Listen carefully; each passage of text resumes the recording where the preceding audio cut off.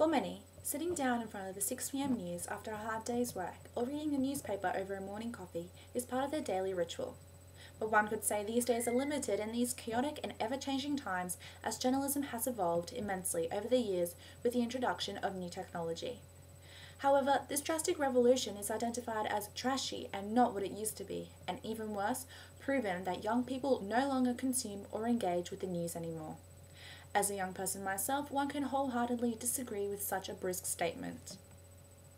Before delving into why this phenomenon is occurring, the term news must be firstly clarified.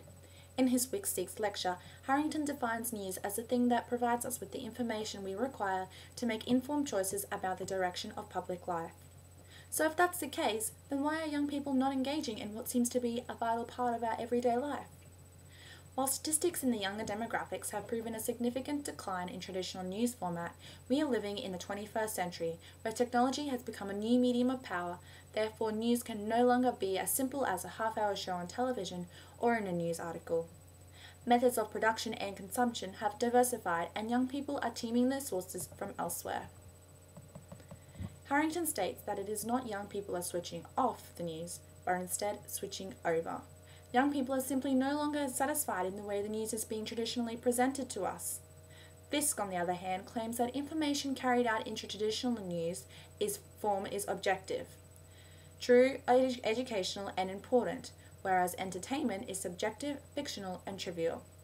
But one can argue this statement is completely irrelevant in today's society. Harrington states that shows such as The Panel and The Chaser are making significant steps towards bridging some of the gap currently existing between journalism and youth audiences. They have the ability of entertainment programs to successfully produce the same function as traditional ones.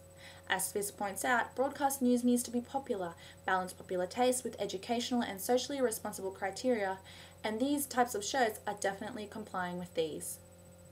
These entertainment-like shows are somewhat comedy and parody. However, they still provide an insightful look into the news. They deconstruct the stories and provide a different perspective of news that traditional outlets often overlook. Put simply, they are more engaging and attractive than the cookie-cutter heads simply presenting facts today. With the introduction of the web, a change has occurred to news production and consumption with online news and blogs. Harrington, in his Week 7 lecture, identifies this as citizen journalism. Everyday people write websites such as ohmynews.com, and even formal online news outlets allow people to voice out their opinion through their dedicated comment sections. It has broken the long-standing chokehold on public information and discussion that traditional media has kept confined as a gatekeeper.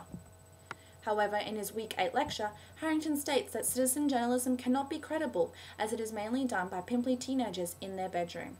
But isn't this sense of participatory journalism a form of news engagement and production itself? Individually, traditional and online journalism and entertainment news programs have their advantages, but the 21st century has become a period of change. Those traditional journalists criticize our generation, yet they've forgotten who raised them. No, it's not time to forget about the news altogether. It's simply time to do it differently. And yes, young people are consuming it more now than ever.